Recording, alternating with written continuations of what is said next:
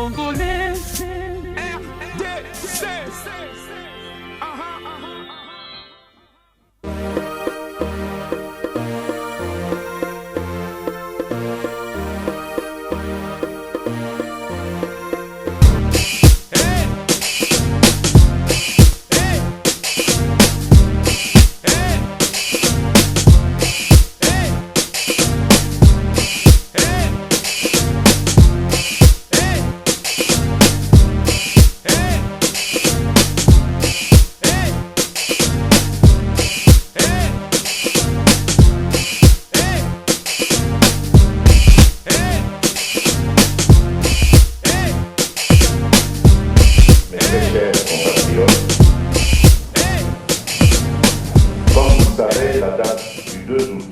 Représente un jour spécial pour notre mémoire collective en tant que nation et peuple de la République démocratique du Congo.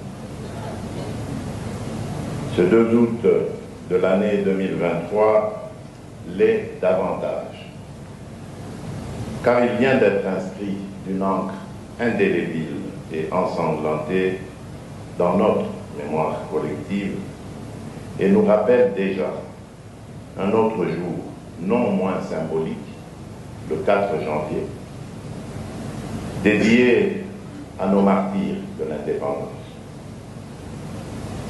C'est donc avec beaucoup d'émotion et de chagrin, mais aussi de détermination et de résilience face à l'adversité existentielle qui nous est imposée, que je prends la parole, par devoir et par responsabilité, en ma qualité de garant de la nation, pour lancer officiellement la commémoration du génocide congolais, Génocoste, en mémoire des millions de Congolaises et de Congolais victimes ces dernières décennies d'actes de barbarie et de cruauté indescriptible orchestrés par certaines puissances et leurs agents sans nulle autre motivation que leur obsession à exploiter illégalement et contre nos intérêts nos ressources naturelles. Ouais, mais j'en suis, c'est votre Gaïro. Juste pour vous donner rendez-vous le 2 août sur la place du Génocoste à Gombe, à Kinshasa, pour rendre hommage à toutes les victimes et à tous les résistants du génocide congolais. C'est important que toutes ces victimes et tous ces résistants ne tombent pas dans l'oubli, car on parle de l'un des génocides les plus meurtriers de l'histoire de l'humanité. Alors je compte sur votre présence. On est ensemble. Ça va être organisé. Likambo Etali Congolais, Likambo Etali Mboka Mobimba. Tout pays va se rendez-vous le 2 août. Congolais va partout dans le monde. Il faut Moro. Histoire de ce qui m'a sauté de réalité de ce qui m'a sauté. Tout peux nous rendez-vous le 2 août pour tout commémorer bande qu'on a biso tout ba faire un génocide. Aux Alibanda, aux Anakatsa Mboka, aux ala partout ici aux assoza congolais tout kamama biso nyonso partout au Borozwama. Ezali kamamboka, ezali kamamtu moko. Un seul pays, un seul peuple, soyons tous unis pour la paix. On est ensemble, on est ensemble. C'est une journée de mémoire. C'est une journée où tout le monde doit sortir à Kinshasa, à Goma, à Bukavu, à Kikwit, à Beni, à Butembo, dans toutes les villes où cette commémoration est organisée par la société civile et par CAIP. Il faut sortir parce que c'est nous qui allons changer notre destin, c'est nous qui allons changer notre pays, c'est nous qui allons commémorer ces morts et leur permettre de peut-être transiter en paix. C'est nous qui devons les commémorer pour se souvenir de ce que nous sommes. Parce que quand on ne connaît pas son histoire, quand on ne connaît pas sa mémoire, quand on ne célèbre pas, quand on ne commémore pas les personnes qui sont disparues, qui se sont battues pour la nation, qui ont résisté justement contre tout ce qui nous agresse, quand on ne les commémore pas, on ne peut pas envisager de construire une société meilleure demain. Un groupe national, et le national ici c'est les Congolais. La nationale renvoie à la nationalité. Et même à l'intérieur de ce groupe national, il y a des groupes ethniques qui sont visés parce qu'ils sont supposés être des Congolais. Des groupes, tout celui qui est congolais, dans l'est du Congo, la partie dans laquelle moi je suis grandi, mais qu'au Congo, il y a véritablement un génocide, ou même des génocides, si on reprend le génocide qui s'est passé à temps de l'esclavagisme, où je vis des chiffres assez importants, 15 millions de Congolais ont péri durant l'esclavagisme, durant l'état de la colonisation, 10 millions de Congolais ont péri dans ce qu'on appelle les crimes de caoutchouc commis par l'État belge. J'espère que la Belgique, aujourd'hui, on nous a parlé tout à l'heure des chiffres marquant 12 millions de Congolais qui ont péri dans ces crimes de génocide. Alors, donc, le génocide, finalement, c'est un crime contre l'humanité. C'est un crime qui vise à éliminer un peuple, à détruire un peuple. Et moi, j'ai envie d'ajouter un autre concept, c'est un étacide. Un étacide. Et un autre. Son livre s'appelle « Les guerres à l'est de la du Congo entre génocide et statocide ». Donc, statocide est construit, fonctionne, va évidemment mettre en place le mécanisme de justice et de réparation pour que tous ceux qui ont été des auteurs de ces immenses crimes soient punis. Donc, l'objectif des exécutants sur le terrain de ces actes de génocide ou ces crimes graves. Et on voit les multinationales à la quête acharnée des ressources premières pour alimenter leurs usines technologiques, ce capitalisme prédateur qui se met en place. Et comme il ne peut pas fonctionner seul, il s'appuie sur des acteurs régionaux qui envoient des troupes, des armées, ou alors ils peuvent utiliser des CIPO congolais, des collabos congolais pour exécuter ces plans de destruction et d'exploitation du Congo et du Congolais. Et parmi ces acteurs, on les voit, ils reviennent tout le temps, chaque décennie, il y a toujours un mouvement assez spectaculaire, dignitaire, qui vise à la continuité de cette planification pour éliminer les Congolais sur son espace et peut-être fragmenter le Congo pour devenir des petits États qu'on peut contrôler facilement. Et ces acteurs sont entre autres le Rwanda, et Paul Kagame, qui lui s'est doté la mission de pouvoir créer un désordre étatique dans l'est du Congo, attirant systématiquement les Congolais. D'où le Congo s'organise aussi à résistance.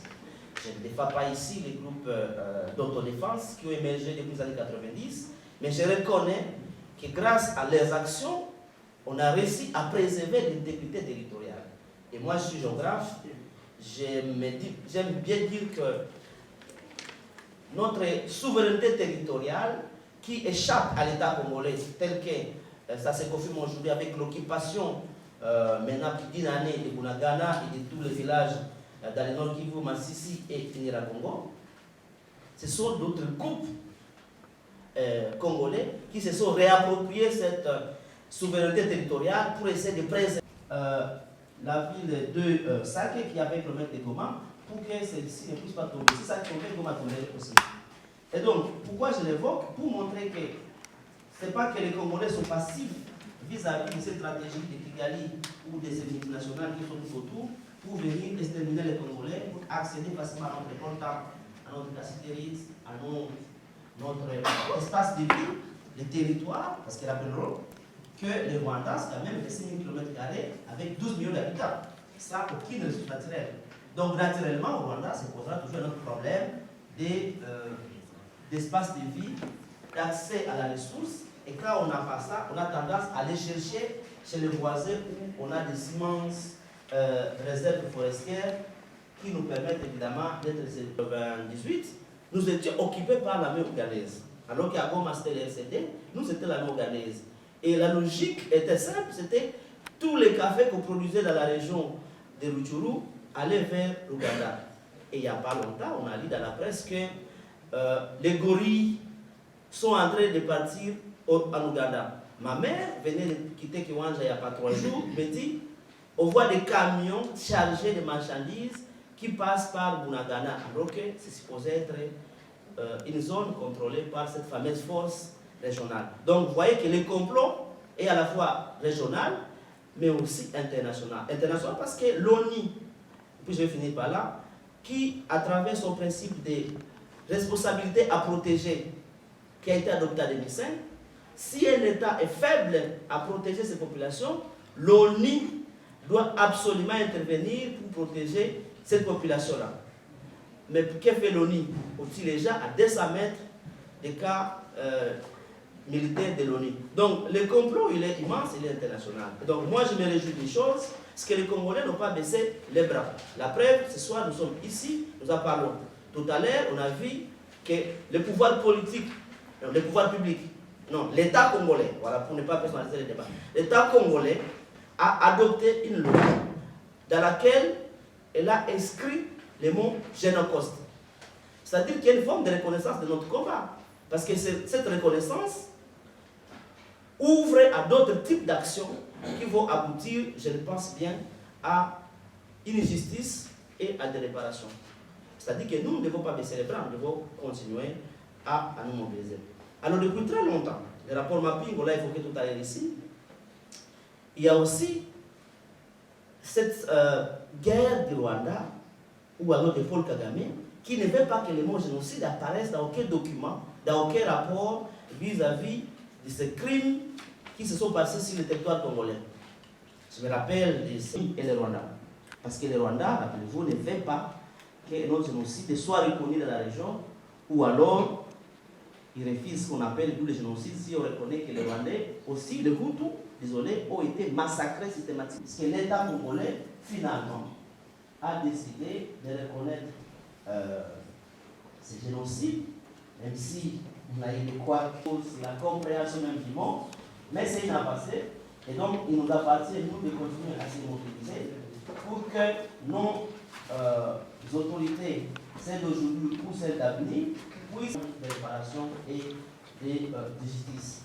Et nous devons continuer à transmettre cette histoire à nos générations, mais aussi à cette hiver. Et la mémoire, c'est notre âme. Un peuple sans mémoire est appelé à disparaître. Merci. Sur le terrain, et la raison qui nous a poussé justement à embrasser la cause de Génocoste. Les Japonais, chaque jour, les parents des voisins allaient dans les champs, mais ils ne revenaient pas. Donc, nous informer que non, à Swahili, il va mourir, pour ceux qui comprennent Swahili. Donc, on l'a tué. Et ça passait comme ça. Aucune justice, aucun élément de l'État pour manifester une colère. Non, nous, moi, je savais que mourir, c'était tout à fait normal, parce qu'évidemment, il a connu une naissance dans cette région et il a grandi presque là-bas. Deuxième élément, c'est le fait que cette situation a continué 30 ans plus tard. Parce que finalement, je suis en train de vieillir, ça que la situation évolue sur le terrain et que les enfants continuent à vivre ce que nous avons vécu. Et quand j'étais à Goma, je l'ai dit tout à l'heure, j'ai été dans le cas de déplacés au nord de Goma et c'était horrible, tu as peur de regarder un enfant deux fois dans le visage parce qu'il finalement va te dire qu'est-ce que vous faites pour nous pour que cette situation cesse. Donc ça, moi, ça me dit personnellement, et Lucha, qui est notre mouvement, fonde son action sur le retour de la paix depuis 2012. Je me rappelle encore étudier à l'Université de Goma. Nous menions des actions de soutien aux FARDC à l'époque, lorsque les M23 encore tenté de prendre Goma et qui avait fini d'ailleurs par prendre la ville. Mais pour dire que nous, c'est cette forme de l'ADN militant que je porte. Donc partout où je serai, je défendrai la paix. Parce que je sais, sans la paix, il n'y a pas de développement, sans la paix, il n'y a pas de solidarité, mais sans la paix, il y a juste des génocides qui se mettent en place et au risque d'aller vers une balkanisation si on ne tire pas attention. Donc Lucha est inscrit dans cette dynamique et depuis quelques années, Lucha se rejoint à Al-Qaïb pour continuer à se mobiliser, à diffuser. Quelques années, on avait fait une vidéo à Goma, je crois en 2013, lorsqu'il y a encore les chiffres étaient à 6 millions de morts. On avait fait une vidéo à Goma, je me rappelle bien, pour dénoncer déjà les morts. Donc vous voyez que nous, on a une histoire quand même assez particulière sur la question et j'espère que c'est la seule contribution qu'un mouvement citoyen peut apporter à une cause noble comme celle de réclamer la mémoire. L'artiste qui va s'installer dans pas longtemps, est-ce que dans la salle, quelqu'un a une question, une intervention, une interrogation à partager? Une question par rapport à ce que vous disiez, bienvenue. Quand vous parlez de préparation, est-ce que vous avez déjà plus ou moins calculé ou en tout cas imaginer à quoi ça devrait correspondre. Ou pas du tout. Du génocide congolais. D'ailleurs, le frère Ponsier à côté va nous expliquer plus en détail. Quand nous disons réparation, nous comptabilisons nos infrastructures qui ont été détruites. Nous comptabilisons tous les frais spéciaux et budgets spéciaux qui ont été déboursés pour résoudre un tant soit peu cette crise. Nous comptabilisons toute la déstructuration économique parce que l'Est de la RDC, pour ceux qui connaissent, qui ont vécu à Kinshasa, en République démocratique du Congo dans les années 80-90, était pourvoyeur de beaucoup de denrées alimentaires et autres. Et cette crise a déstructuré. Donc, nous nous sommes donnés comme objectif de comptabiliser avec les experts tous ces compartiments-là. Nous parlons de l'exploitation irrégulière de nos minerais. Il y a un ordre d'idée, c'est 3 fois le PIB de la Belgique en 2021. C'est des sommes astronomiques. D'autres fois, je me suis amusé même. Le Stade de France, 2 milliards de dollars américains. Donc, c'est des stades, c'est des infrastructures juste sur le volet de l'exploitation irrégulière des minerais. Coltan, uranium, cobalt, tungstène, le 3T, tantalum, tungstène et étain. Avec la transition écologique, les batteries électriques posent aussi, mais le Congo aussi, dans ce carrefour-là, encore des intérêts égoïstes. Donc, nous devons, l'appel est lancé, comptabiliser et chiffrer pour donner à un tribunal des éléments tangibles sur lesquels il peut s'appuyer pour dire le droit et pour donner une condamnation pécuniaire. Tous ceux qui profitent économiquement de cette crise doivent y répondre et doivent rembourser à la RDC. Je ne sais pas. C'est à travers aussi la construction du mémorial. C'est aussi les stèles où ceux qui ont perdu les leurs soient en mesure de venir se recueillir. On ne trouvera pas forcément de l'argent pour donner à chaque famille qui a perdu un membre. Mais pour nous, dans notre conception, c'est aussi les symboles que l'État fait, ou bien le monde, l'ONU à l'occurrence ici, parce que s'il y a un tribunal international, un tribunal pénal international, c'est-à-dire les acteurs transnationaux seront convoqués qui ont été impliqués. Donc il faut que le monde comprenne qu'il y a une volonté politique et citoyenne au Congo de réparer, même d'une manière symbolique.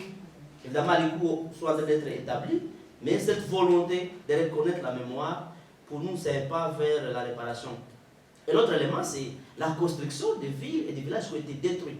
Ça, on ne le dit pas assez, je me permets de glisser à ta géographe, parce qu'il y a des villages entiers qui ont été détruits.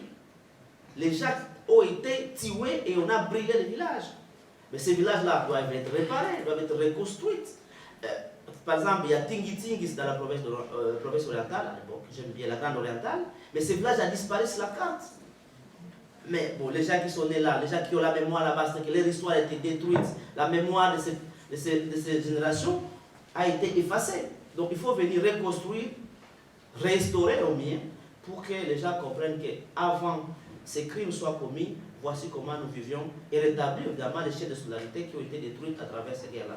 Voilà, je pense que c'est aussi ça la forme de réparation qu'un peuple peut d'une manière collective donner pour restaurer la mémoire de ce qui se passe dans ce pays et s'engager surtout de reconstruire pour ne pas être encore attaqué une fois de plus. Parce qu'on a noté ici, le stato SIDE aussi, si on ne fait pas attention, on risque de nous poursuivre. Parce que je ne vois pas, moi, les acteurs puissants de la région ou internationaux qui acceptent que le Congo se relève. Ça ne passe pas.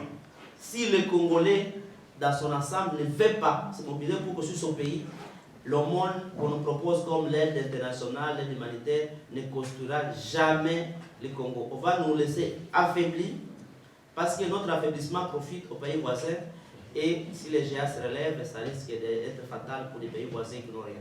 Donc il y a ça qui est un élément aussi central dans cette discussion. C'est comment on construit l'État congolais.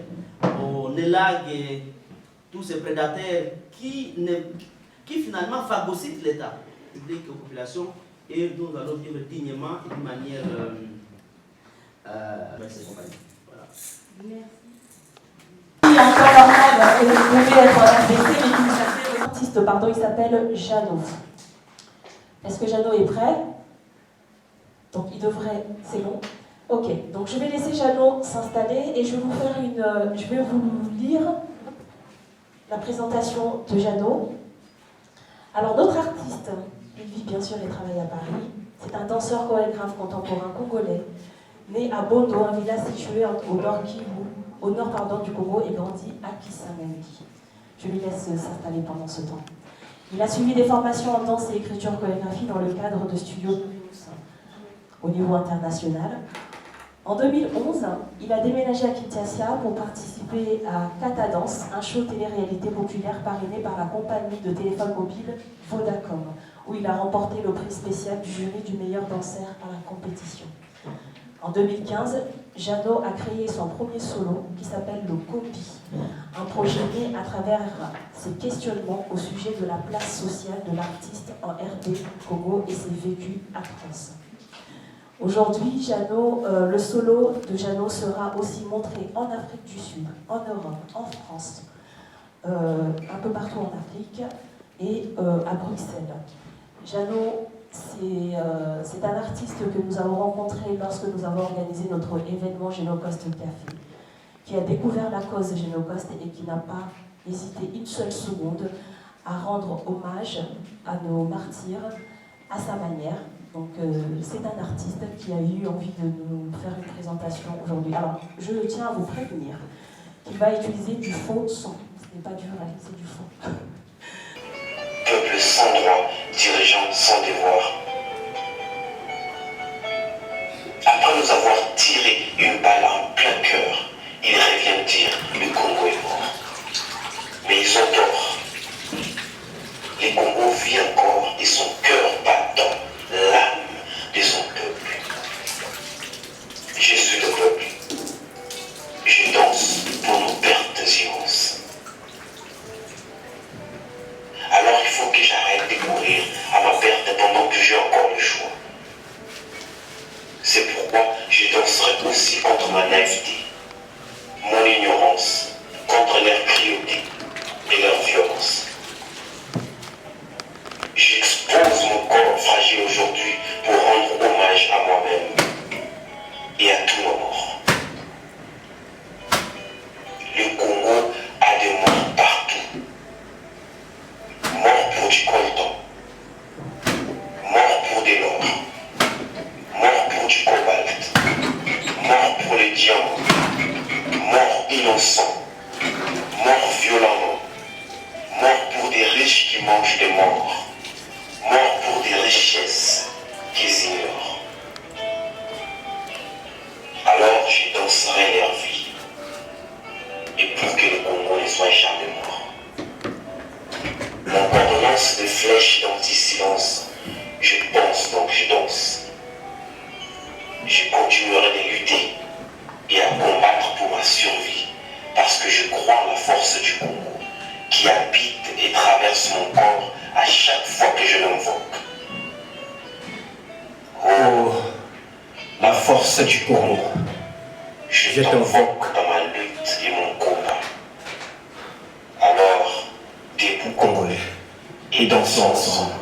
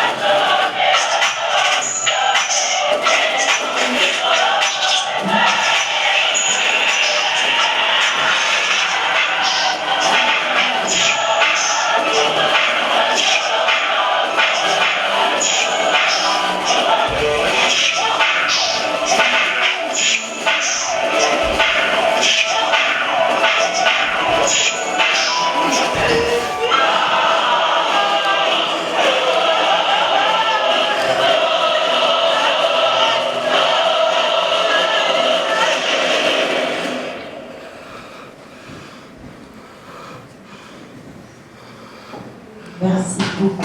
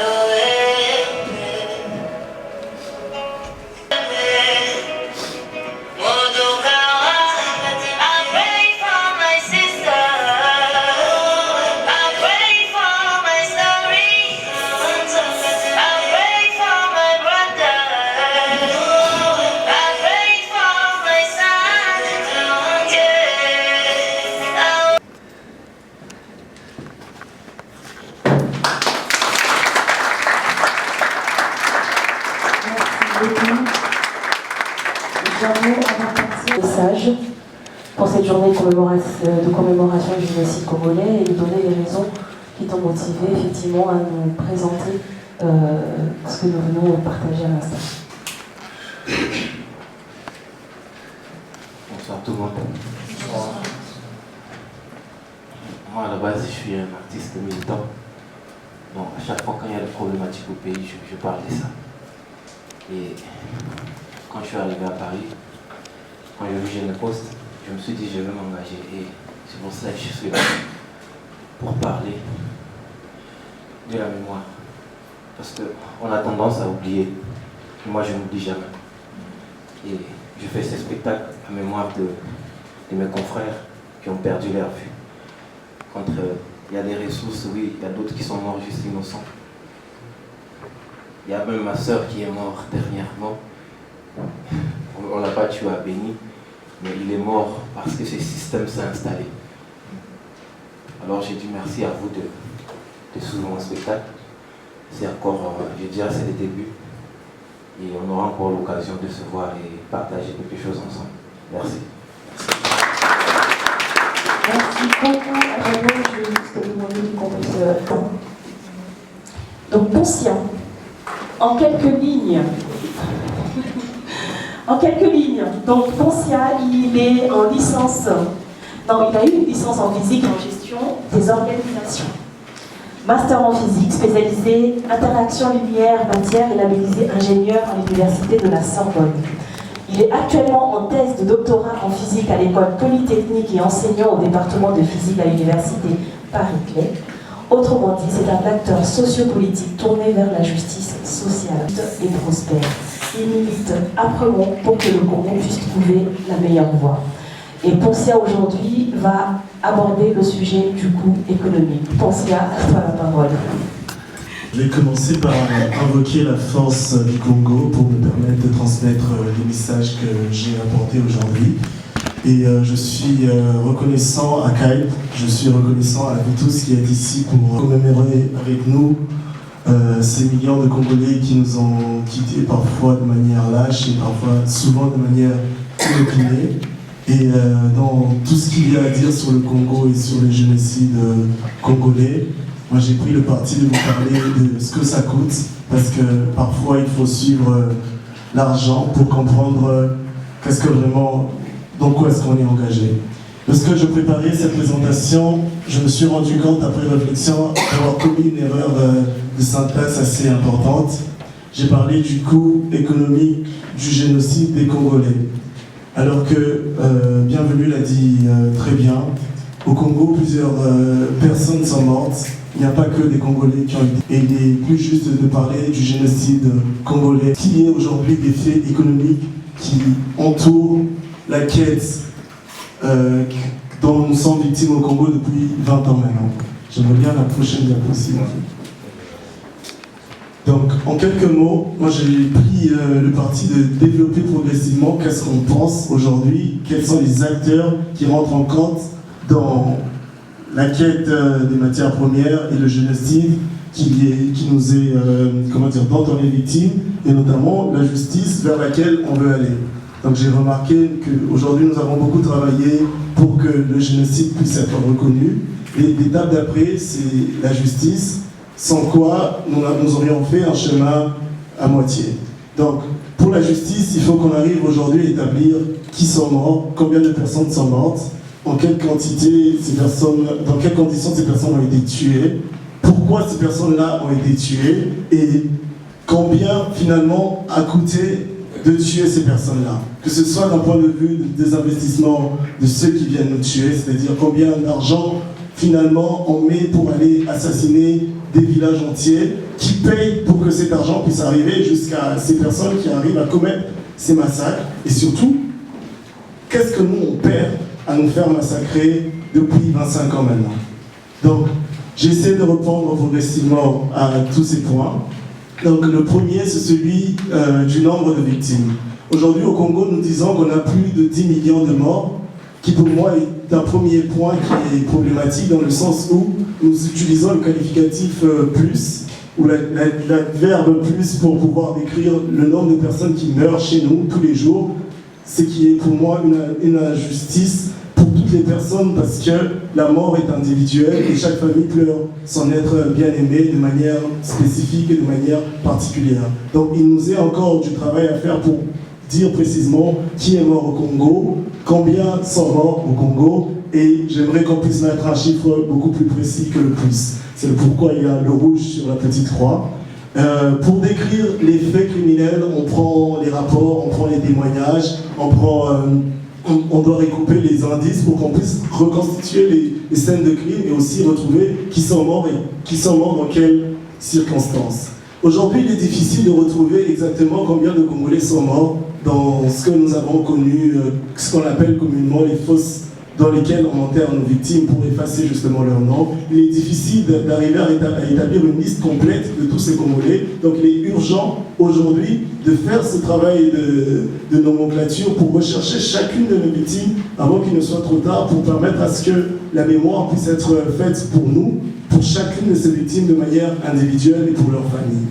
Et aussi, il y a le fait qu'aujourd'hui, le mobile du crime est connu, ce sont les ressources. Les mobiles du crime aujourd'hui ne sont pas seulement des ressources en dessous de nos terres, mais aussi l'appropriation de notre terre. On a des besoins à la fois hégémoniques et des besoins de terre. Donc aujourd'hui, dans tout ça, on s'est trouvé à pouvoir avoir des conséquences économiques sur nos terres, des chiffres précis sur qu'est-ce qu'on a perdu, quels sont les biens. On a parlé des villages détruits complètement, de détruire un État. Ça coûte quoi de détruire structurellement un État? Et comment est-ce qu'on peut arriver aujourd'hui à mettre des chiffres sur quelque chose? Aujourd'hui au Congo, la complexité du travail de mémoire réside aussi dans la complexité du travail de recoupement de l'histoire et de dédommager les Congolais. On nous demandera de combien est-ce qu'on aimerait être dédommagé et pourquoi. Donc il y a un travail important dans la quête de la justice qui est l'établissement des faits économiques féroces. C'est que lorsque les militants congolais ont demandé qu'on puisse reconnaître le génocide le 2 août comme eux, si nous voulons aller jusqu'à la justice finale, il faut que nous puissions mettre des chiffres sur chacune de nos revendications pour leur donner un poids que nous aimerions pouvoir faire aujourd'hui avec Génécoste.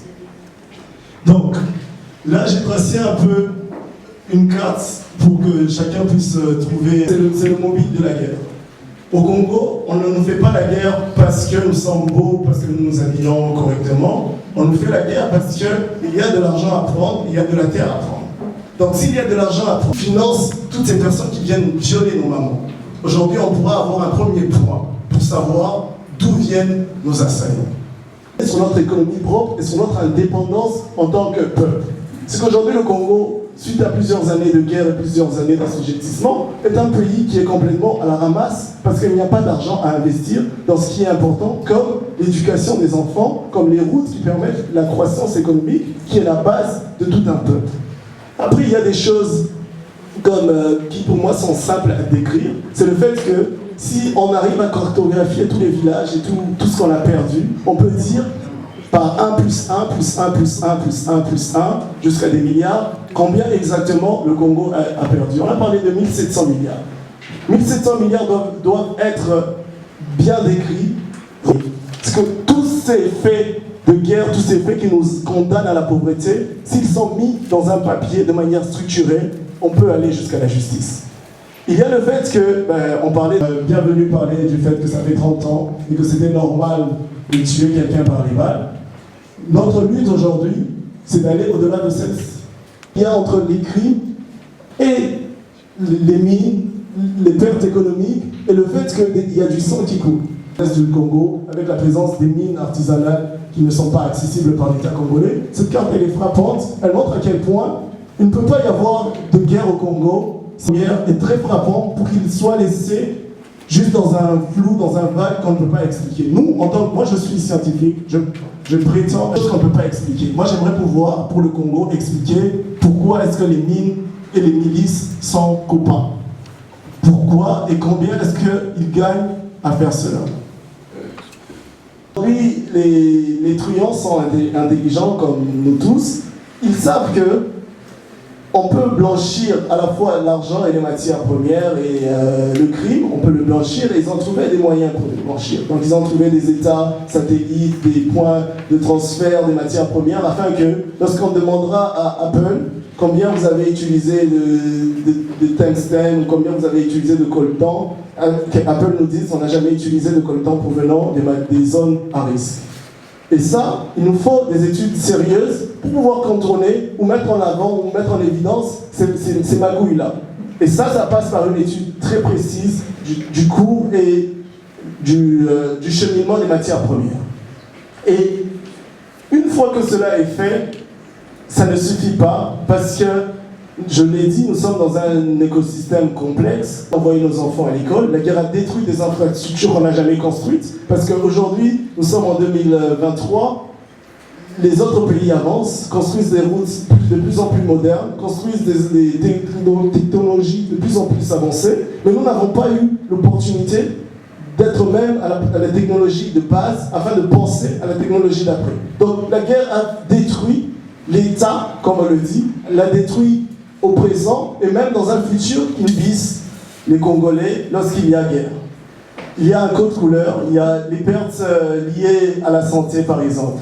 Lorsque la guerre frappe l'Est du Congo, lorsque des femmes sont violées au Congo, il y a besoin de prendre soin d'elles d'un point de vue sanitaire, mais aussi d'un point de vue psychologique. Aujourd'hui au Congo, la psychologie est devenue un problème de santé publique. Parce que nous sommes des millions qui sommes affectés par l'idée que la guerre est nature. Qui traite cela? Combien ça nous coûte de prendre en main toutes ces personnes? Mais combien ça nous coûte encore plus de ne pas pouvoir aller travailler parce qu'on n'est plus en mesure d'avoir toute notre tête et de penser les choses de manière saine? Combien ça coûte à un État un tel problème? Autre chose, il y a le fait qu'aujourd'hui on ne peut plus faire des activités agro-pastorales. Il y a des gens qui ne peuvent plus rester dans leur champ parce qu'ils ne peuvent plus se dire qu'ils seront en sécurité la nuit. Combien de générations de cultivateurs n'ont plus cultivé leur terre? Combien de générations d'éleveurs n'élèvent plus? Et combien est-ce que ça coûte sur leur famille, leur capacité de pouvoir vivre et leur pouvoir d'achat? Combien ça coûte à l'État congolais? Aujourd'hui, on n'a plus de routes. On ne peut plus construire des routes dans les zones qui sont affectées par la guerre. Combien ça nous coûte dans notre propre développement? Toutes ces questions, je vous les pose parce que ce sont les questions qui vont nous permettre à nous de pouvoir dire concrètement à l'État congolais ou au monde, le génocide de Congolais a coûté quelque chose, et cette chose-là va bien au-delà de ce qu'on peut additionner. Le fameux 1 plus 1 plus 1 plus 1, ce n'est pas la réalité de ce que nous avons perdu. Nous avons perdu autre chose qui est pour moi centrale. Nous avons inscrit la corruption comme moyen de faire. Pourquoi? Parce qu'aujourd'hui, quand les multinationales un peu véreuses arrivent chez nous, elles ont besoin de poser 2-3 personnes à qui elles peuvent donner des pots de vin pour pouvoir avoir des matières premières ou des terres à exploiter à bas coût. Lorsqu'on a vendu pendant 10 ans nos matières premières à des gens à un prix dérisoire, combien ça nous coûte finalement sur 50 ans? Combien ça va nous coûter sur 60 ans? Combien ça nous coûte sur un siècle? Et ce système-là de corruption ne vient pas seul, il est inscrit dans un écosystème global qui est appuyé par la guerre. nous aimerions pouvoir expliquer pourquoi est-ce que la corruption est devenue un modèle de société au Congo et c'est quoi son lien avec l'exploitation illicite du Congo. Quelque chose qui a beaucoup servi à Charles Onana aujourd'hui, c'est son travail scientifique, son travail de recherche. Charles Onana est parti initialement de son travail de recherche sur le génocide rwandais. Ça lui a permis d'avoir des faits, d'avoir des documents et de pouvoir après établir des réalités scientifiques. Nous, avec KAIP, on aimerait réaliser quelque chose dans le même style. C'est que pour pouvoir discuter des faits, il faut les établir. Donc aujourd'hui, avec KAIP, on veut monter un projet scientifique, un projet de recherche qui se plonge dans toute cette complexité que je viens de vous poser. On trouve de l'argent, on finance des gens, des scientifiques, des chercheurs qui sont impartials, qui puissent aller chercher, se plonger dans ça, dans ce qu'on vient de présenter comme milieu complexe, et de nous produire un document impartial et scientifique qu'on pourrait finalement utiliser pour poser les premières revendications de justice. On veut prendre le parti pris de l'économie et de la géopolitique. Pourquoi? Parce qu'aujourd'hui, au Congo, nous avons beaucoup pleuré, nous avons beaucoup, nous avons énormément de chagrin, on n'arrive plus à établir les faits. Nous, on aimerait pour tous les Congolais, on aimerait, non mais c'est bien, c'est ça la fin, mais moi j'aimerais pour tous les Congolais qu'on arrête de nous rassembler comme ça dans une salle où on n'a toujours pas eu la justice. J'aimerais que ça s'arrête, non pas parce que je n'aime pas qu'on se souvienne, mais j'aimerais qu'on puisse avoir d'autres vies, qu'on puisse aller travailler, qu'on ne soit pas obligé de pleurer ou de quémander la justice. On aimerait pouvoir accéder à la justice à chaque fois qu'il en sera besoin. Donc, nous, notre travail, et j'espère que ça vous parle, c'est que chacun puisse demain ne plus avoir besoin d'avoir cette pièce pour laisser aller ses ressentiments. Parce que la justice pourra faire son travail. J'espère que la justice sera la destination. Merci beaucoup.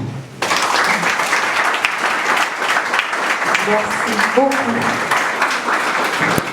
Merci beaucoup à Poncia. Et à présent, Papa Jean nous accompagner avec quelques sons.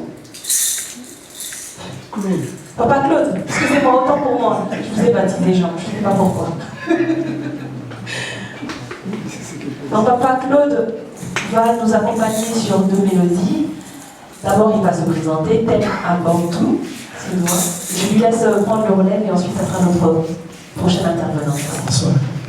Alors je me présente, je suis Claude Boukwaba, né à Kinshasa et j'habite en France depuis 1995. Et quand on m'a contacté, ça fait des semaines, je me suis dit pourquoi pas, je vais être là. Moi, je devais être à l'extérieur du pays. Je me suis dit je dois participer aujourd'hui.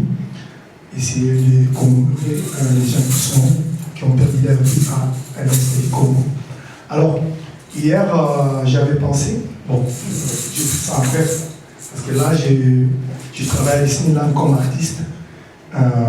Je fais les ballets congolais et je travaille à Disneyland et à l'extérieur du pays, comme en Belgique, Hollande et Londres, et tout partout.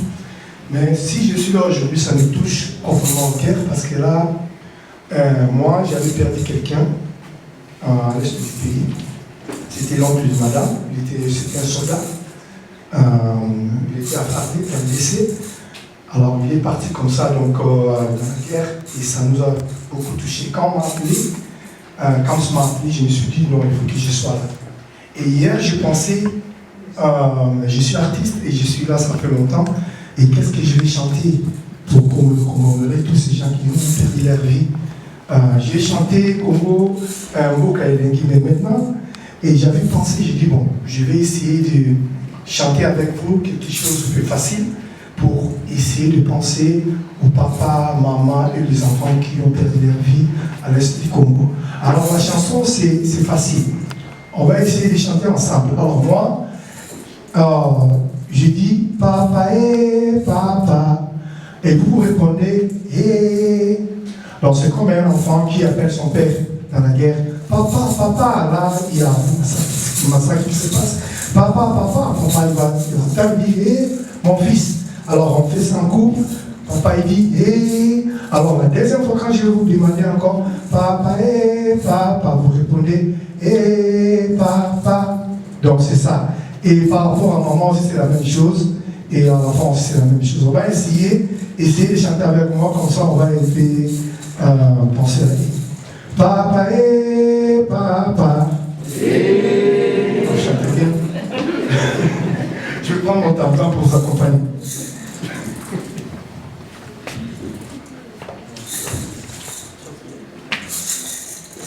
Papa, papa, papa, papa,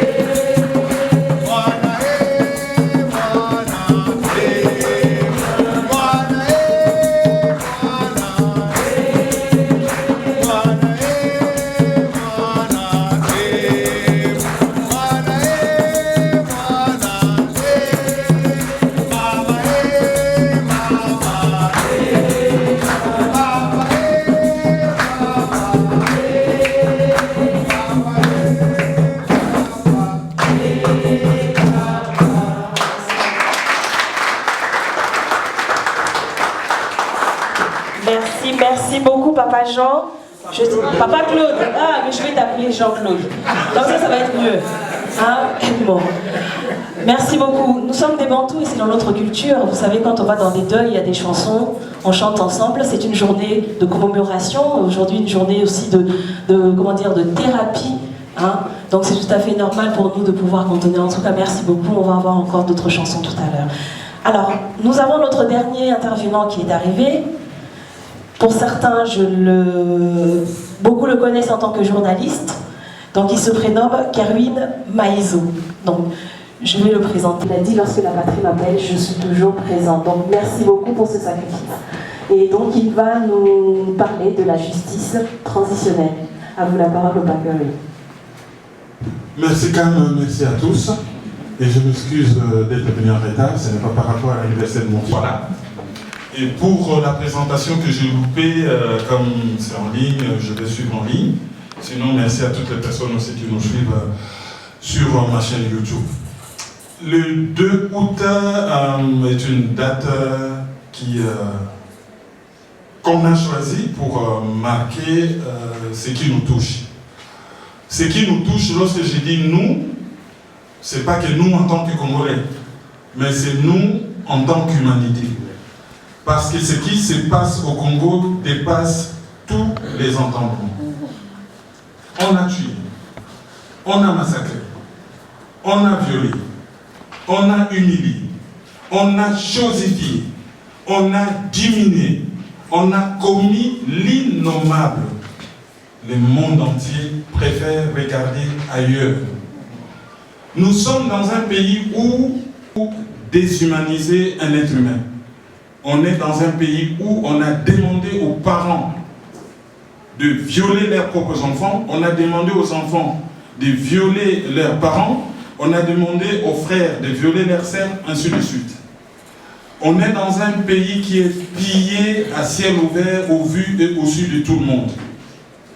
On est dans un pays où les mondes baissent les yeux dans une hypocrisie qui n'a pas de nom. Dans ce pays-là, il y a des étrangers qui arrivent et qui défèquent sur le manioc à sécher et demandent à la population de manger ces maniocs avec des matières fécales. On est dans un pays où, lorsque des étrangers arrivent dans un village, ils font téter des hommes, ils cherchent des femmes qui ont accouché et pour faire téter des hommes. Vous savez ce que ça signifie en Afrique? C'est une humiliation totale, extrême. Et il y a une injustice qui n'a pas de nom. Pourquoi? Parce que pour certaines personnes, pour les capitalistes surtout, ceux qui ont cette idéologie, la part du gain est supérieure à la vie humaine. Et les Congolais doivent être chosifiés pour que se fasse l'argent et pour que certaines personnes, cette agression a compris sa bêtise qui les a chassés. Ils sont revenus le 2 août 1998 pour la deuxième guerre du Congo. Ce jour-là, moi j'étais au travail, la guerre a commencé au centre-ville, j'ai été bloqué pendant 48 heures à la radio, sans manger, sans boire, on tenait parce que lorsque vous êtes hyper fatigué, que vous avez vos casques aux oreilles, on provoque des parasites et ce sont ces parasites qui vous réveillent. Donc on a vu comment c'est arrivé. Alors, nous avons, disons, les jeunes Congolais réunis à Londres ont décidé de prendre cette date comme une date de souvenance, une date du souvenir du drame congolais. Cette date appartient à tous les Congolais. Cette date doit appartenir à l'humanité. Partout, lorsque je voyage, partout au monde, surtout dans les pays occidentaux, je vois toujours une rue 18 mai 1945. Il y a toujours une rue qui rappelle la fin de la Deuxième Guerre mondiale. Mais pourquoi, chez nous, au Congo, les gens ne veulent pas s'approprier de cette date? Et ce qui me choque le plus, c'est qu'il y a eu un petit progrès lorsque on a reconnu qu'il faut mettre en place un fonds pour indemniser les victimes. Et dans ce fonds, on reconnaît quand même que le génocide a un coût économique. Et ces coûts, comme Poncet venait de le faire, peut être chiffré. Mais ce qui me dérange, c'est que l'on puisse récupérer cette date, qu'on puisse faire de la récupération politique par rapport à cette date. Ça, c'est choquant. Faire de la récupération politique, ce n'est pas respecter les victimes. On ne peut pas bâtir une carrière politique, on ne peut pas avoir un projet politique sur les victimes. En tant que Congolais, on doit revendiquer justice. On doit revendiquer réparation. Mais on ne doit pas utiliser, comme certains l'ont fait dans certains pays, un événement malheureux pour obtenir des gains politiques, économiques ou géostratégiques. Ça, ce n'est pas honnête. Alors, cette affaire du 2 août sous le haut patronage de cette affaire où on récupère l'initiative d'un groupe de jeunes et on s'en approprie pour en faire sa petite boutique politique, je trouve cela extrêmement choquant et cela n'honore pas les pouvoirs actuels ni les personnes qui l'entourent, qui ont récupéré cette journée en faisant du plagiat pour des dividendes politiques. Depuis que la guerre de l'AFDEL a commencé, vous allez remarquer un fait. Tout est mis en œuvre pour congoliser cette affaire. Ah, c'est entre Congolais. Ah non, ils se battent entre eux. Vous savez, nous sommes en démocratie. Nous avons le pouvoir et l'opposition. Ah, c'est des rebelles. Ah, c'est des tout-petits Congolais. Ah, c'est des Congolais rwandophones. Donc, tout est fait pour d'abord zaïréaliser, ensuite congoliser. L'enjeu, c'est quoi? L'enjeu, c'est si on réussissait à congoliser ces conflits, ça serait un problème des droits internes. Et en droit interne, la solution, c'est la justice interne. Nous allons puiser des solutions dans le droit constitutionnel, dans la science politique. Mais si on reconnaît que le Congo est victime d'une agression, du coup, ça devient un problème de droit international. Du coup, le droit international humanitaire est implémenté. Et du coup, ça va relever du Conseil de sécurité des Nations Unies ou d'un tribunal pénal international. C'est ainsi que lorsque ces gens nous ont mené cette guerre qu'ils nous ont menée en Bretagne, c'est eux qui ont formé, équipé, armé, qui ont donné tous les moyens logistiques, militaires, des moyens extraordinaires au Rwanda, à l'Ouganda et au Burundi pour nous agresser. C'est eux qui ont manipulé certains Congolais, qui ont affirmé publiquement que c'est une affaire entre Congolais, laissez-les rentrer. C'est eux qui garantissent à ces gens l'impunité. C'est eux qui garantissent à ces gens une certaine publicité. C'est eux qui leur donnent des éléments de langage. C'est eux qui construisent un narratif. Alors, si nous disons que le Congo est agressé, donc nous sommes en matière de droit international, et le Congo, lorsqu'il a été agressé, qu'est-ce qui se passe? On nous met à genoux, on nous ramène à San City parce que nous sommes des vaincus. Et on nous impose un document que moi j'appelle une charte de reddition, où on nous impose les conditions de notre reddition. Quelles sont ces conditions? Vous savez, tous ceux qui ont fait les droits constitutionnels savent que pour avoir une constitution, il y a, je crois, 5 étapes. Élaboration, adoption, référendum, promulgation par les présidents de la République et publication au journal officiel. Les 5 étapes. Et pendant toutes ces étapes, c'est une affaire nationale entre les fils du pays. Si vous voulez appeler un expert extérieur pour vous donner 2-3 petits conseils, il vient à titre privé. Mais c'est parce que la Constitution, c'est un contrat social entre les enfants d'un pays, les fils d'un pays, les fils, les filles d'un pays. C'est une affaire, nous nous organisons entre nous. Depuis quand avez-vous vu les étrangers qui vous appellent? Vous arrivez à l'étranger, ils vous imposent un document, et dans ce document-là, ils commencent d'abord par se congoliser, article 10 qu'ils ont mis là-dedans, et ensuite, ils vont mettre en place leur projet économique, article 213, le Congo peut céder une partie de son territoire au nom de l'unité africaine. Et là-dedans, ils ajoutent que la constitution du Congo protège les minorités. Nous sommes dans un pays de 450 ethnies. Y a-t-il au Congo une ethnie minoritaire? Non. C'est dans cette constitution où on a commencé à nous parler des minorités. Donc, 1, ils se congolisent. 2, ils se victimisent en disant qu'ils sont une minorité. 3, ils se mettent à revendiquer des terres. C'est dans ce document qu'on appelle la constitution congolaise. Ça a commencé là. Et lorsqu'ils sont arrivés au pays, bon, on adopte ces documents. Et du coup, nous sommes en démocratie. Et lorsque nous sommes en démocratie, on parle du pouvoir et de l'opposition. Or, si on parlait de l'agression-occupation, on aurait parlé des agresseurs et des occupants, et de l'autre côté, il y aurait eu des résistants, des patriotes, donc des fils du pays, qui ne veulent pas subir cette situation. Du coup, une bonne partie de la classe politique apparaîtrait comme des collabos qu'ils sont, parce qu'ils sont en train de collaborer avec ceux qui nous ont mis par terre. Chaque fois qu'il y a une agression quelque part au monde, après la Deuxième Guerre mondiale, il y a eu le tribunal de Yalta. Ils sont allés à Yalta pour essayer d'obtenir justice. En Tanzanie, mais très vite, c'est allé mais très vite, pour punir ceux qu'ils considèrent comme des coupables.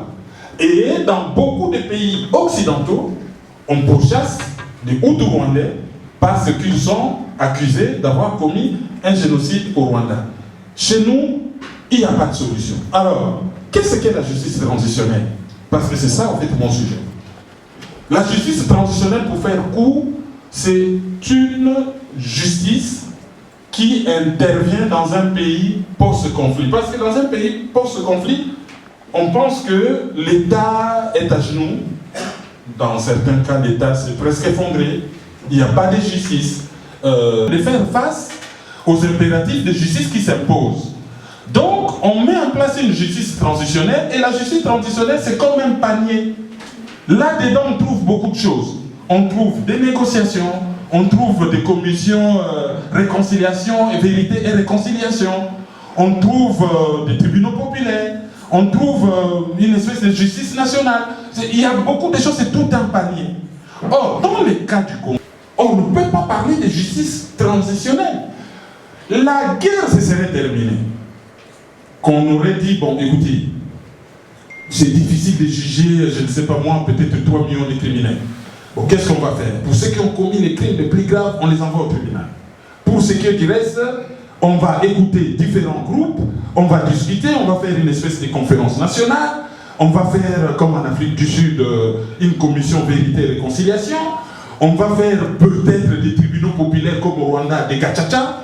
Je sais pas, on va trouver une solution dans ces paniers-là pour essayer de juger tout le monde à la fois. Ceux qui ont commis les crimes les plus graves iront dans des tribunaux, dans des cours et tribunaux, et les restes, on va puiser dans ces paniers qu'on appelle est engagé.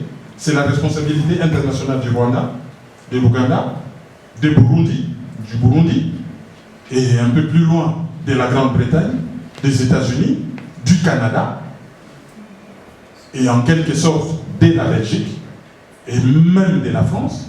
Et après avoir identifié tous ces acteurs au niveau congolais, entre guillemets, je dis bien entre guillemets, il faut prendre tous les mouvements issus de l'AFDEL, mais c'est le nom de l'UNAR, hein. C'est un parti politique suprématiste qui dirige aujourd'hui le Rwanda, l'Ouganda qui a dirigé le Burundi, l'UNAR, l'Union nationaliste rwandaise, de François Roukeba.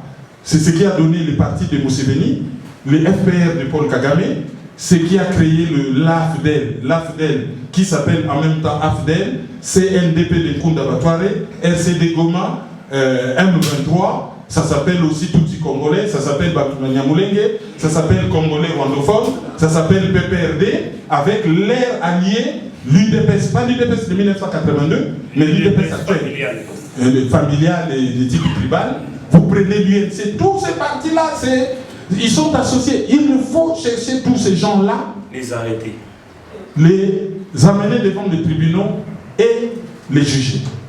Voilà. Une fois qu'on a identifié ces gens-là, ou les fusiller, qu'on a un tribunal pénal international pour le Congo, pour l'avoir, il faut que le président de la République écrive au Conseil de sécurité. Alors, je ne sais pas, tous les présidents qu'on a eu au Congo, qu'est-ce qu'il leur faut? Un stylo en or, un stylo, je sais pas moi, avec des sangs humains, ou un stylo de la taille de la Tour Eiffel, pour juste écrire au Conseil de sécurité que nous voulons un tribunal pénal international pour le Congo. Jusqu'aujourd'hui, ils ne le font pas. Le docteur Mukwege se bat là-dessus, pas de solution.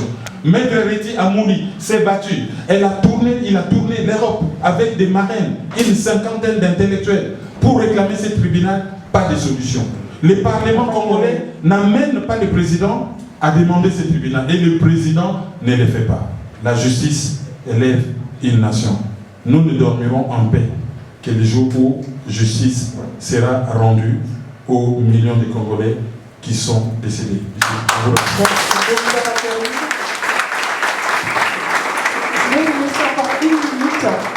Je vous laisse encore une minute. Papa Caroline nous appuie dans la campagne qui existe depuis 10 ans maintenant, depuis plusieurs années. Et je voulais surtout en une minute vous expliquer le pourquoi est-ce que la date du 2 août est une date aussi particulière pour vous. Mon fils est né le 2 août, et le 2 août, c'est la date que le Congo a vécu des événements horribles. Bon, il y a tout un débat, il y a des gens qui disent qu'il faut peut-être les mettre tous dans les martyrs. Non, les martyrs c'est autre chose. Ne les mettons pas dans les martyrs. On a déjà le 4 janvier pour les martyrs de l'indépendance. On a déjà le 30 juin pour l'indépendance nominale. Mais le 2 août, lorsque la deuxième guerre de l'AFDEL a commencé, en 1997, le 17 mai, beaucoup étaient naïfs. Bon, nous à l'époque déjà on avait insisté dans les radios que ça va. Lors de la deuxième guerre, là les projets, il n'y avait plus moyen de mettre sous le boisseau un projet aussi criminel. Cela est apparu aux yeux de tout le monde qui avait un projet criminel contre le Congo. Alors, cette date, souvent dans ma chaîne YouTube, il y a toujours des campagnes et j'ai toujours accompagné nos amis pour cet événement. Cette date, en tant que Congolais,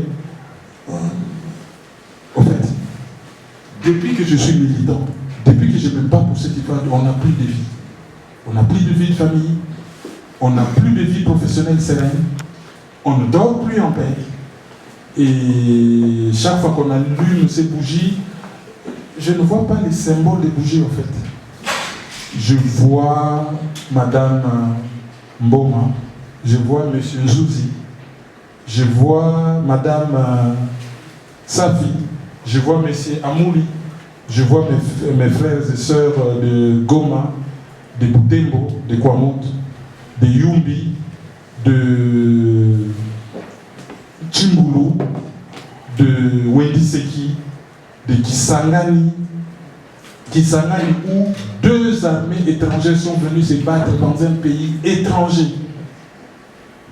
2 armées étrangères sont venues détruire une ville. Et la communauté internationale s'est taisée, l'Union africaine s'est taisée, le CIS s'est taisée, les Nations Unies s'est taisées. Et quand je vois tous ces événements, je me dis que cette date mérite d'être commémorée. Voilà brièvement ce que je Merci. Alors, nous arrivons presque à la fin de notre journée de commémoration, mais on arrive aussi sur un moment clé, parce que c'est aussi important d'avoir donné le micro aux victimes, parce que c'est la journée pour laquelle nous sommes là. Donc nous avons 2 vidéos que nous souhaitons partager avec vous.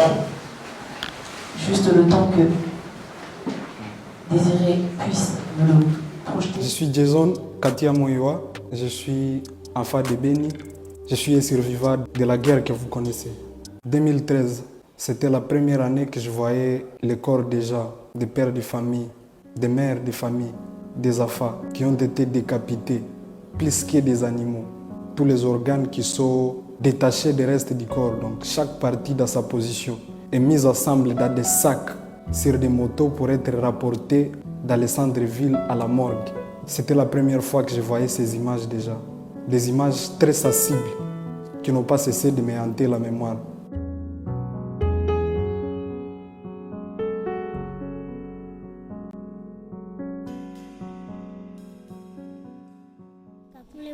Je m'appelle Kakule. C'était comme ça.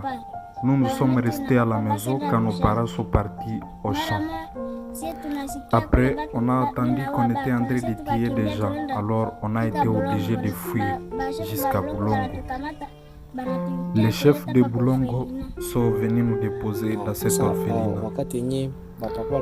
Quand les parents étaient au champ, nous avions entendu des crépitements de balles. Et c'est à cause de ça que nous avions fui. Après, on était venu nous dire maintenant qu'ils étaient déjà morts. Actuellement, je vis dans cette orphelinat. Tout ce que je demande à nos autorités, c'est de nous aider pourvu que cette guerre puisse finir.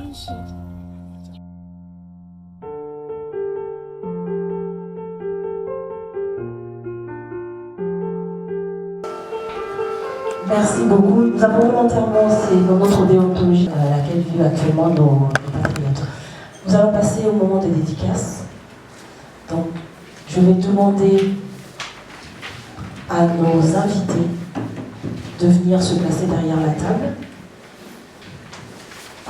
De se présenter pour nous accompagner. Avec Génocost, nous avons l'habitude d'animer 6 bougies, justement pour rendre hommage aux personnes. Ce sont 6 bougies symboliques.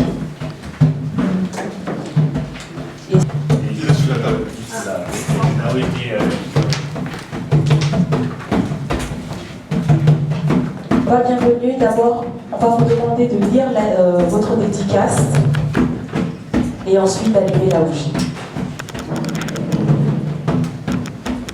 Merci beaucoup. À la mémoire des millions de Congolais, à la mémoire des millions de personnes que nous avons perdues au cours de notre longue histoire de génocide, dont le souvenir s'est estompé dans les méandres de l'histoire, nous nous souvenons. Bienvenue.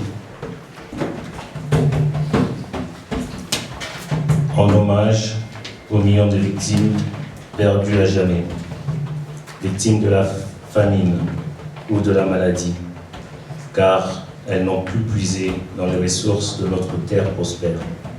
Nous nous souvenons.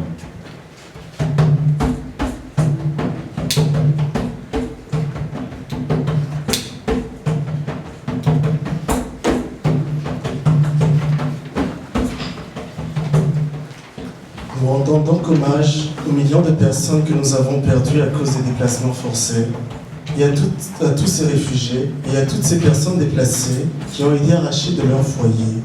Nous nous souvenons.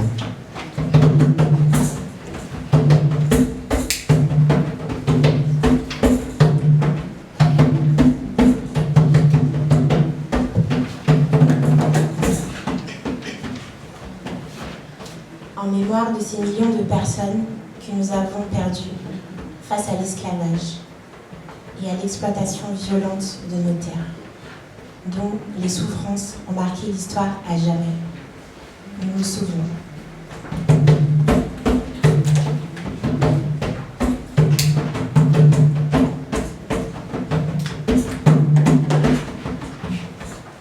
En reconnaissance de toutes les millions de personnes qui ont lutté pour défendre nos droits de liberté et d'égalité, faisant face à l'oppression politique avec courage et détermination, nous nous souvenons.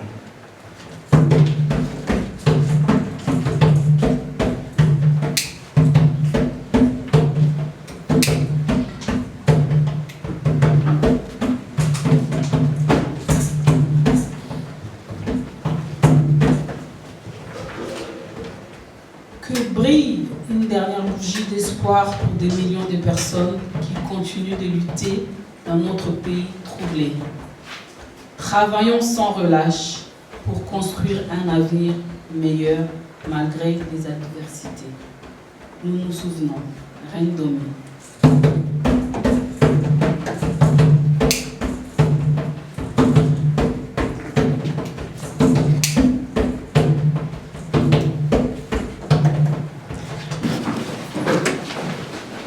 Nous allons nous accompagner à cette nation congolaise qui attend justice. On va envoyer des pensées positives. Merci beaucoup.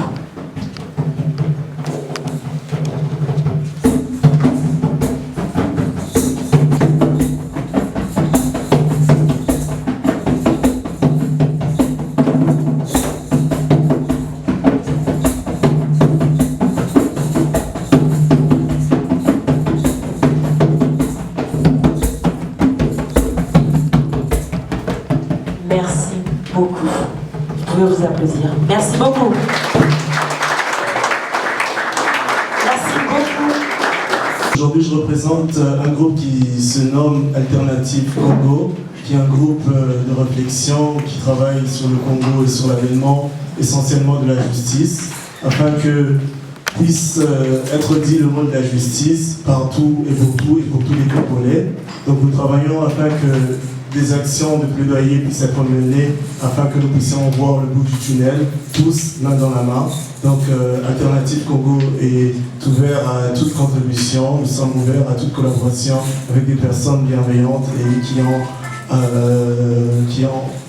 qui ont envie d'apporter au Congo. Donc nous serons là et nous faisons de notre mieux pour faire le maximum et donner au Congo la justice qu'il mérite. Donc merci beaucoup d'accompagner ce genre de groupe, le mien et Kaep aussi, et tous les autres qui militent, la lucha. Et merci beaucoup à tous, on est très contents de faire ce qu'on fait parce que le Congo on verra les intérêts et les avantages. Merci à tous. Merci Téchère, on est tous. Merci beaucoup. Alors, je vais aussi donner le micro. Bonsoir à tous. Bonsoir. Je suis Domingas Mazete Bakosa. Je suis accompagnée de ma famille. Merci Cap, merci à toute l'équipe pour l'invitation. Nous sommes partenaires. Nous travaillons avec Cap ici en France et à Kinshasa. Notre équipe aussi est mobilisée au niveau de Kinshasa. Je suis donc présidente fondatrice de l'association humanitaire Cris des Mères. Pourquoi Cris des Mères? Parce que je suis une femme, je suis une mère qui porte la vie et qui donne la vie, qui éduque, qui accompagne, qui soulage, qui soutient. Lorsque on a rejoint ces mouvements, quelle mère peut rester les yeux fermés? Quelle mère peut rester sans rien faire lorsque ses parents, son mari, ses enfants, sa communauté est détruite et massacrée librement? Donc Cris des Mères est basé en France, à Kinshasa, à Kisangani, à Matadi et à Goma, où notre équipe est sur terrain avec des femmes, avec les jeunes filles, avec des enfants qui ont fui les conflits que nous connaissons toutes. Nous avons toutes, moi étant que femme africaine, congolaise, il est important, il est primordial, moi femme, d'apporter ma pierre à l'édifice. Nous sommes des femmes, nous portons la vie, nous avons la matrice. Quand je vois les gens qui sont présents ici, je vois les femmes, je vous dis merci. Je vois les enfants, maman, merci parce que vous avez apporté, vous êtes venus avec vos enfants. Nos enfants sont l'avenir de demain. Et surtout nos enfants qui sont nés ici, en France, en Europe. On se doit, nous femmes, maman, mère et papa, d'accompagner, de parler à nos enfants. Nos enfants doivent connaître cette histoire. Papa Bienvenu parlait d'il y a 30 ans déjà. On ne sait pas combien de temps ça va durer. Parlons à nos enfants, éduquons nos enfants. C'est notre devoir des mamans, des mères, d'éducatrices. Je ne peux rester les yeux fermés. Il faut aller sur place, sur Goma. J'ai eu l'occasion plusieurs fois d'aller sur Goma. Je laisse ma famille, je pars parce que c'est là mon appel, c'est là ma vision. Femmes battantes que nous sommes, militantes, sachons notre force, sachons notre pouvoir. Nous avons toutes femmes ce rôle crucial d'apporter la paix, d'apporter notre voix, notre cri dans les conflits au sein de notre société. Nous sommes des paroles, des porte-paroles. Soutenons cette œuvre. Merci Cam, merci pour toute l'équipe, pour tout ce que vous faites. Notre cri, ceci est mon cri de mère que je suis. Femme, quel est ton cri? Rejoignez-nous et ensemble crions et fort pour qu'enfin justice soit faite. Renkomi, fille de mère digne, Congolien Totila. Merci. Merci beaucoup, monsieur. En tout cas, je me présente, je suis monsieur Bayola Dadi, je suis l'un des combattants résistants et je suis le coordonnateur général du Conseil national de la résistance congolaise. Pour nous, cette journée est très importante puisque c'est la base même de notre engagement dans cette lutte. Sans la lutte, on ne peut pas avoir la justice. Raison pour laquelle les combattants, les résistants que vous connaissez peut-être ont toujours mobilisé les Congolais et les Congolaises pour que nous soyons informés de la véritable réalité de ce qui, de vrais dangers que court notre pays et notre peuple. Déjà, plus de 12 millions de morts, il n'y a toujours pas de justice. Nous disons la chose suivante. Si nous voulons véritablement avoir la justice, nous devons changer le système en place. C'est-à-dire que nous devons avoir un pays souverain, un pays fort, un pays qui sait imposer le respect de sa souveraineté. Notre pays actuel n'est pas considéré comme un pays souverain, raison pour laquelle toutes ces guerres continuent. Le projet machiavélique de l'extermination du peuple congolais continue. Alors il était très important, il est très important pour que nous, les Congolais, surtout nous, le peuple, que nous soyons nous-mêmes à la base de l'impulsion de cette justice. Et pour que cela soit véritablement fait, ça soit quelque chose de concret, cela demande à ce que le peuple lui-même s'engage pour un avenir meilleur. Mais avant tout, nous devons lutter. Voilà pourquoi la résistance congolaise, les combattants, les résistants, les patriotes que vous connaissez un peu partout ici, dans la diaspora, luttent pour cette cause. Nous ne luttons pas pour autre chose. Nous luttons premièrement puisque nous avons appris que notre pays a été agressé, comme l'a rappelé notre camarade frère Karim Maizo. Notre pays a été agressé et aujourd'hui nous savons pour quelle raison. Ce n'était pas une guerre de libération, mais c'était une guerre de confiscation de notre souveraineté, une guerre de prédation, une guerre d'extermination. Alors, si nous voulons que cette justice soit véritablement rendue, nous devons continuer à lutter jusqu'à ce que la justice soit effective. Voilà notre message et Ingeta, Ingeta, Ingeta.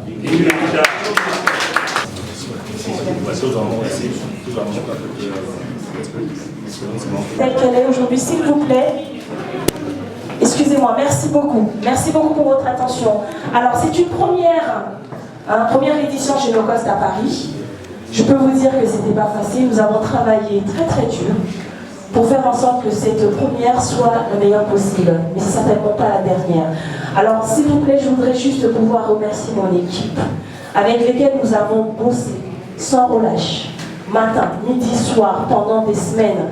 Bienvenue qui est ici. Nous avons coordonné les équipes en RDC. Je tiens juste à vous rappeler qu'aujourd'hui, la journée commémorative s'est passée sur plusieurs villes en RDC. Kikwiti, Kisangani, Butembo, Ituri, Goma, Kinshasa, Lubumbashi, Bruxelles, Kenya, Beni, à Sao Paulo. Toute cette organisation a été faite avec une équipe de quoi 20 personnes, matin, midi, soir.